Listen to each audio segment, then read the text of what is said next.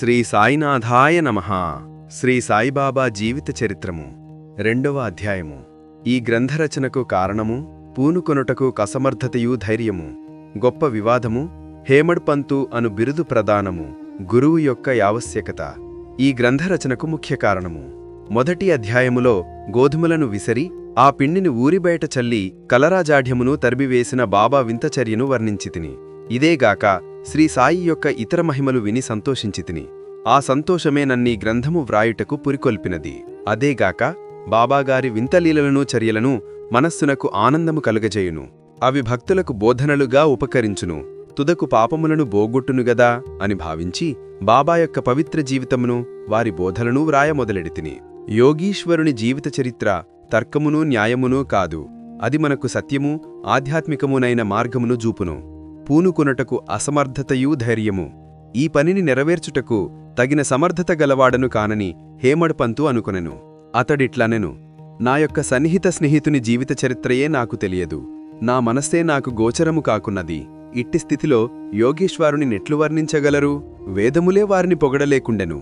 తాను యోగియైగాని యోగి యొక్క జీవితమును గ్రహించజాలడు. అట్టి చౌ వారి మహిమలను నేనెట్లు కీర్తించగలను? సప్త సముద్రముల లోతును గొలువవచ్చును, ఆకాశమును గుడ్డలో వేసి మూయవచ్చును, కాని యోగేశ్వరుని చరిత్ర వ్రాయుట బహు కష్టము. ఇది గొప్ప సాహసకృత్యమని నాకు తెలియను. నలుగురు నవ్వునట్లు అగుదినేమో అని భయపడి శ్రీ సాయీశ్వరుని అనుగ్రహము కొరకు ప్రార్థించితిని. మహారాష్ట్ర దేశములోని మొట్టమొదటి కవియు యోగీశ్వరుడు నగు జ్ఞానేశ్వర మహారాజు యోగుల చరిత్రను వ్రాసిన వారిని భగవంతుడు ప్రేమించునని చెప్పియున్నారు. ఏ భక్తులు యోగుల చరిత్రను వ్రాయ కుతూహలపడదరో వారి కోరికలను నెరవేర్చునట్లు వారి గ్రంథములు కొనసాగునట్లు చేయుటకు యోగులు అనేక మార్గములను అవలంబించదరు. యోగులే అట్టి పనికి ప్రేరేపింతుదురు. దానిని నెరవేర్చుటకు భక్తుని కారణమాతృనిగా ఉంచి వారి వారి కార్యములను వారే కొనసాగించుకొనెదరు. 1700 శక సంవత్సరంలో మహీపతి పండితుడు యోగీశ్వర్ల చరిత్రను వ్రాయుటకు కాంక్షించెను. యోగులు అతనిని ప్రోత్సహించి కార్యమును కొనసాగించిరి. అట్లే 1800 శక సంవత్సరంలో దాసగను యొక్క సేవను ఆమోదించిరి. మహీపతి 4 గ్రంథములను వ్రాసెను. అవి భక్తి విజయము, సంత విజయము, భక్తి లీలామృతము, సంత లీలామృతము అనునవి. దాసగను వ్రాసినవి భక్తి లీలామృతమును, సంత కథామృతమును మాత్రమే. ఆధునిక యోగుల చరిత్రలు వీని అందుగలవు. భక్తి లీలామృతములోని 31వ, 32వ, 33వ అధ్యాయములందును, సంత కథామృతములోని 57వ అధ్యాయమందును సాయిబాబా జీవిత చరిత్రయు వారి బోధలను చక్కగా విశదీకరింపబడినవి. ఇవి సాయిలీలా మాసపత్రిక సంచికలు 11, 12వ సంపుటము 17 నందు ప్రచరితమయున్నవి. చదువురగు ఈ అధ్యాయములు కూడా పఠించవలను. శ్రీ సాయిబాబా అద్భుత లీలలు బాంద్రా నివాసియగు సావిత్రీబాయి రఘునాథ్ తెండూల్కర్ చే చక్కని చిన్న పుస్తకములో వర్ణింపబడినవి. దాసగను మహారాజుగారు కూడా శ్రీ సాయి పాటలు మధురముగా వ్రాసియున్నారు. గుజరాత్ భాషలో అమిదాస్ భవానీ మహతా అను భక్తుడు శ్రీ సాయి కథలను ముద్రించినారు. సాయినాథ్ ప్రభా అను మాసపత్రిక షిరిడీలోని దక్షిణ భిక్షా సంస్థ వారు ప్రచురించియున్నారు. ఇన్ని గ్రంథములుండగా ప్రస్తుత సచ్చరిత్ర వ్రాయుటకు కారణమేమయుండును? దాని అవసరమేమిటి అని ప్రశ్నింపవచ్చును. దీనికి జవాబు మిక్కిలి తేలిక. శ్రీ సాయిబాబా జీవిత చరిత్ర సముద్రము వలె విశాలమైనది, లోతైనది. అందరూ ఇందులో మునిగి భక్తి జ్ఞానములను మన్నులను తీసి కావలసిన వారికి పంచిపెట్టవచ్చును.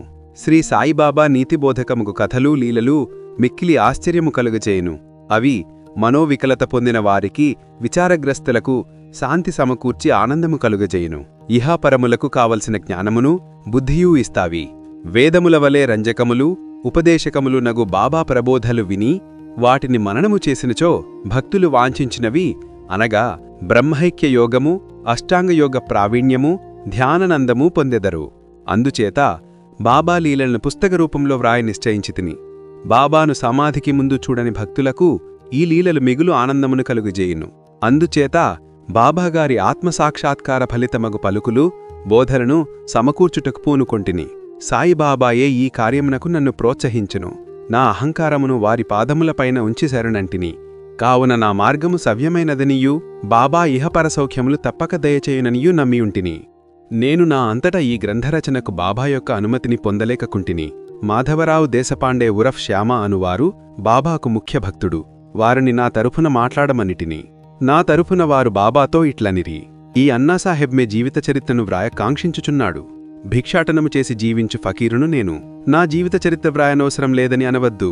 మీరు సమ్మతించి సహాయం చేసినచో వారు వ్రాసెదరు, లేదా మీ కృపయే దానిని సిద్ధింపజేయును. మీ యొక్క అనుమతి ఆశీర్వాదము లేనిదే ఏది జయప్రదముగా చేయలేము. సాయిబాబా దీన్ని విననంతనే మనస్సు కరిగి నాకు ఊదీ ప్రసాదం పెట్టి ఆశీర్వదించెను. మరియు ఇట్లు చెప్పదొడగెను. కథను అనుభవములను ప్రోగుచెయ్యమను. అక్కడెక్కడ కొన్ని ముఖ్య విషయములను టూకిగా వ్రాయమను. నేను సహాయం చేసెదను. వాడు కారణమాత్రుడే, కాని నా జీవిత చరిత్రను నేనే వ్రాసి నా భక్తుల కోరికలను నెరవేర్చవలను. వాడు తన అహంకారమును విడిచవలను. దానిని నా పాదములపైన పెట్టవలను. ఎవరైతే వారి జీవితంలో ఇట్లు చేస్తారో వారికే నేను మిక్కిలి సహాయపడదను. వారి జీవిత చర్యల కొరకే కాదు, సాధ్యమైనంతవరకు వారి గృహకృత్యములందునూ తోడ్పడదను. వాని అహంకారము పూర్తిగా పడిపోయిన తరువాత అది మచ్చునకు కూడా లేకుండా ఉండనప్పుడు నేను వాని మనసులో ప్రవేశించి నా చరిత్రను నేనే వ్రాసికుంటాను. నా కథలు బోధలు విన్న భక్తులకు భక్తి విశ్వాసములు కుదురును. వారు ఆత్మసాక్షాత్కారమును బ్రహ్మానందమును పొందెదరు. నీకు తోచిన దానినే నీకు నిర్ధారణ చేయుటకు ప్రయత్నించకుము. ఇతరుల యొక్క అభిప్రాయములను కొట్టివేయుటకు ప్రయత్నించకుము. ఏ విషయముపైనైనా కీడు మేలు ఎంచు వివాదము కూడా కాదు. వివాదమనగనే నన్ను హేమడ్పంతు అని పిలువుటకు కారణమేమో మీకు చెప్పదనని వాగ్దానం జ్ఞప్తికి వచ్చినది. దానినే మీకు చెప్పబోచున్నాను. కాకాసాహెబ్ దీక్షితర్, నానాసాహెబ్ చాందోర్కర్లతో నేను ఎక్కువగా స్నేహంతో ఉండెను. వారు నన్ను సిరిడీపోయి బాబా దర్శనం చెయ్యమని బలవంతం చేసిరి. అట్లే చేసేదనని వారికి నేను వాగ్దానం చేసితిని. ఈ మధ్య ఏదో జరిగినది. అది నా షిరిడీ ప్రయాణంకు అడ్డుపడినది. లోనావ్లాలో ఉన్న నా స్నేహితుని కొడుకు జబ్బు పడ్డాడు. నా స్నేహితుడు మందులు మంత్రాలు అన్నీ ఉపయోగించెను, కాని నిష్ఫలము. జ్వరము తగ్గలేదు. తుదకు వాని గురువును పిలిపించి ప్రక్కన కూర్చుండబెట్టుకున్నాడు. కాని ప్రయోజనం లేకుండెను. ఈ సంగతి విని నా స్నేహితుని కుమారుని రక్షించలేనట్టి గురువు యొక్క ప్రయోజనలేమిటి? గురువు మనకి ఏమి సహాయం చెయ్యలేనప్పుడు నేను షిరిడీ ఏలపోవాలని అని భావించి షిరిడి ప్రయాణమును ఆపివేశాను. కాని కానున్నది కాకమానదు. అది ఈ క్రింది విధముగా జరిగినది. నానాసాహెబ్ చాందోర్కరు ప్రాంత ఉద్యోగి వసైకి పోవుచుండిసు. ఠాణా నుండి దాదర్కు వచ్చి అక్కడ వసాయిపోయు బండి కొరకు కనిపెట్టుకుని ఉండెను. ఈలోగా బాంద్రా లోకల్ బండి వచ్చినది.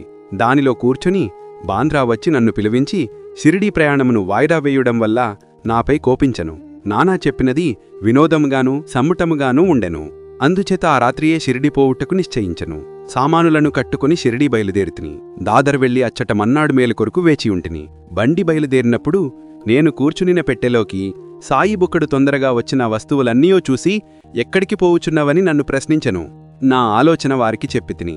వెంటనే బోరీబందరు స్టేషనుకు పోవలనని నాకు సలహా చెప్పెను.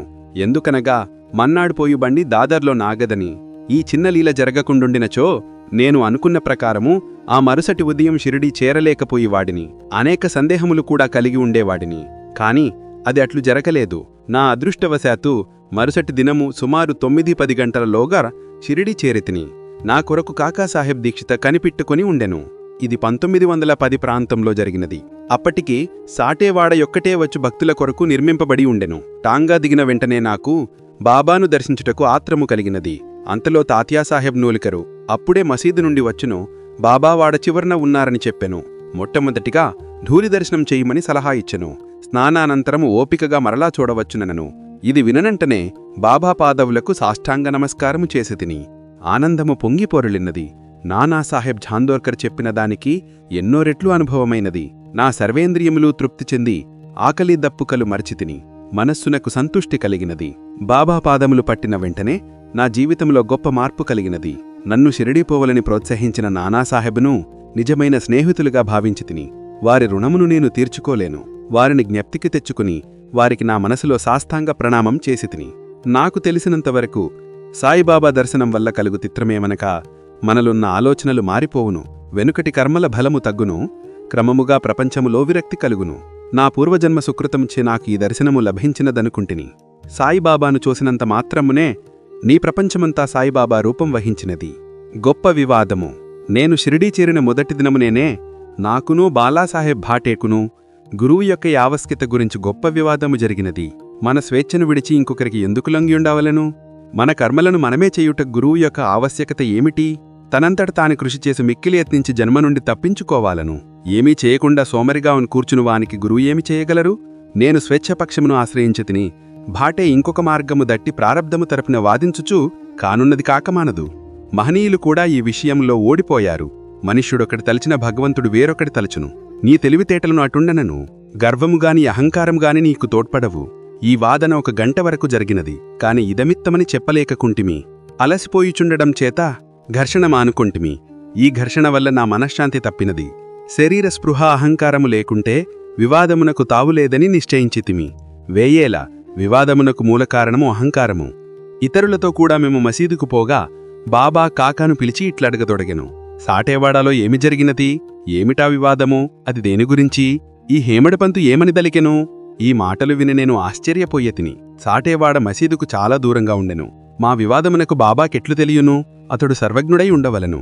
లేనచో మా వాదను నెట్లు గ్రహించును? బాబా మన అంతరాత్మపై అధికారి అయి ఉండవచ్చును. హీమడ్ పంతు అను బిరుదునకు మూల కారణము. నన్నెందుకు హీమడ్ పంతు అను బిరుదుతో పిలిచెను? ఇది హేమాద్రి పంతు అను నామమునకు మారుపేరు. దేవగిరి యాదవ వంశమున బుట్టిన రాజులకు ముఖ్యమంత్రి హేమాద్రి పంతు. అతడు గొప్ప పండితుడు, మంచి స్వభావము గలవాడు. చతుర్వర్గ చింతామణి, రాజప్రశస్తి అను గొప్ప గ్రంథములను రచించినవాడు. మోడీ భాషను కనిపెట్టినవాడు, క్రొత్త పద్ధతి లెక్కలను కనిపెట్టినవాడు. నేనావానికి వ్యతిరేక బుద్ధి గలవాడను, మేధాశక్తి అంతగా లేనివాడను. నాకిందుకీ బిరుదు నొసంగిరో తెలియకుండెను. ఆలోచన చెయ్యగా ఇది నా అహంకారమును చంపుటకొక యమ్మనియు, నేనెప్పుడునూ అణుకువా నమ్రతలు కలిగియుండవలెనని బాబా కోరిక అయ్యుండవచ్చుననియు గ్రహించితిని. వివాదములో గెలిచినందులకు బాబా ఈ రీతిగా తెలివికి అభినందనములిచ్చియుండునని అనుకొంటిని. భవిష్యచ్చరితను బట్టి చూడగా బాబా పలుకులకు దభోల్కరును హీమడు పంతు అనుట గొప్ప ప్రాముఖ్యము కలదనియు భవిష్యత్తును తెలిసియే ఎట్లనెననియూ భావించవచ్చును.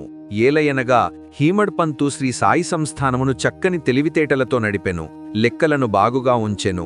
అదే కాక భక్తి జ్ఞానము, నిర్వ్యామోహము, ఆత్మశరణాగతి, ఆత్మసాక్షాత్కారము మొదలగు విషయమునతో శ్రీ సాయి సచ్చరిత్రయను గొప్ప గ్రంథమును రచించెను. గురువు యొక్క యావశ్యకత. ఈ విషయమై బాబా ఏమన్నెనో హీమడ్ పంతు రాసి ఉండలేదు. కాని కాకాసాహెబ్ దీక్షిత్ ఈ విషయమున గూర్చి తాను రాసికొనిన దానిని ప్రకటించెను. హేమడ్ పంతు బాబాను కలిసిన 2వ దినము కాకాసాహెబ్ దీక్షిత్ బాబా వద్దకు వచ్చి షిరిడి నుండి వెళ్ళవచ్చునా అని అడిగెను. బాబా అట్లే అని జవాబిచ్చెను. ఎవరు, ఎక్కడకు అని అడగగా చాలా పైకి అని బాబా చెప్పగా మార్గమేది అని అడిగిరి. అక్కడికి పోవుటకు అనేక మార్గములు కలవు. షిరిడి నుండి కూడానొక మార్గము కలదు. మార్గం ప్రయాసకరమైనది. మార్గమధ్యమున ఉన్న అడవిలో పులులు, తోడేళ్లు కలవని బాబా బదులిడను. కాకాసాహెబ్ లేచి మార్గదర్శకుణ్ణి వెంటదీసుకుని పోయినచో అని అడగగా అట్లయినచో కష్టమే లేదని జవాబిచ్చెను. మార్గదర్శకుడు తిన్నగా గమ్యస్థానము చేర్చును. మార్గమధ్యమున ఉన్న తోడేళ్లు, పులులు, గుంటల నుండి తప్పించును. మార్గదర్శకుడే లేనిచో అడవి మృగములచే చంపబడవచ్చును, లేదా దారి తప్పి గుంటలలో పడిపోవచ్చును. దభోల్కర్ అచ్చటనే ఉండుటచే తన ప్రశ్నకిదే తగిన సమాధానమని గుర్తించెను. వేదాంత విషయాలలో మానవుడు స్వేచ్ఛాపరువుడా కాడా అను వివాదము వలన ప్రయోజనం లేదని గ్రహించెను. నిజముగా పరమార్థము గురుబోధల వల్లనే చిక్కుననియో, రామకృష్ణులు వశిష్ఠ సాందీపులకు లొంగి అణుకువతో ఉండి ఆత్మసాక్షాత్కారము పొందిరనియో, దానికి దృఢమైన నమ్మకము, ఓపిక అను 2 గుణములు ఆవశ్యకమనియూ గ్రహించెను. ఓం నమో శ్రీ సాయినాథాయ నమః. శాంతి శాంతి శాంతి. 2వ అధ్యాయము సంపూర్ణము. సద్గురు శ్రీ సాయినాథార్పణమస్తు. శుభం భవతు.